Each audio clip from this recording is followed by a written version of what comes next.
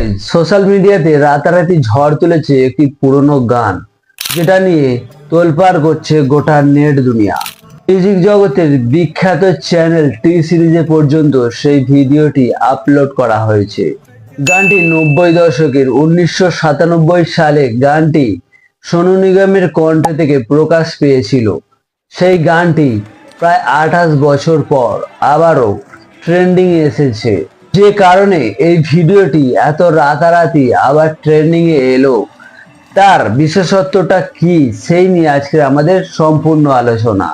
সুরাটের একজন সাধারণ খেটে খাওয়া মানুষ, যে কিনা প্রত্যেক দিন নিজের খাটাখাটনি ব্যস্ততার পরেও মাত্র দুটো পাথরকে মিউজিক বানিয়ে নিজের কণ্ঠের স্বর দিয়ে সোনু নিগমের দিল পে চালায়ে ছুরিয়া এই গানটিকে ওই দুটো পাথর দিয়ে মিউজিক তৈরি করে এমন সুন্দরভাবে গেয়েছে, যার কারণে সেই সংটি মাতিয়ে দিয়েছে গোটা নেট দুনিয়া।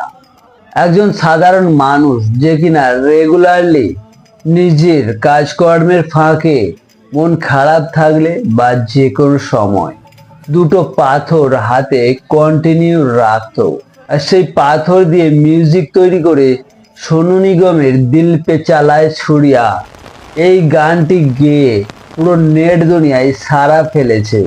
যে গানটি 12 জুলাই প্রকাশ করা হয়েছে এবং প্রকাশ করার মাত্র 5 দিনের মধ্যে প্রায় 18 মিলিয়ন ভিউজ গেইন করতে পেরেছে এবং এই ভিউজগুলো এখনো পর্যন্ত পুরো র্যাঙ্কিং এ রয়েছে।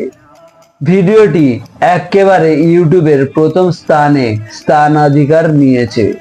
ভারতবর্ষের সুরাটে একজন সাধারণ মানুষের ভিড়ে থাকা রাজু কালাকার, ভারতের সুরাটের বুকে বসবাসকারী একজন সাধারণ মানুষ, যে হাজারো সাধারণ মানুষের ভিড়ে লুকিয়েছিল, আজকে তার নাম, পরিচয় এবং তার খ্যাতি সবার সামনে প্রকাশ হয়েছে।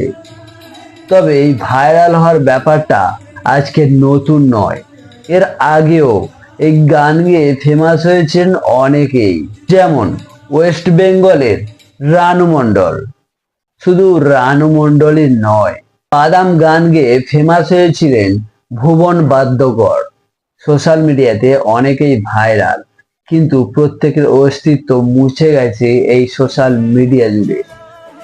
তাই আজকে বলবো, শুধু ভিউজের জন্য কেউ তাদেরকে ব্যবহার করবেন না। নিজেরা ভিউজ শুধু নয়, তাদের লাইফটাকে গড়ে দেওয়ার জন্য একটু সহযোগিতাই করুন।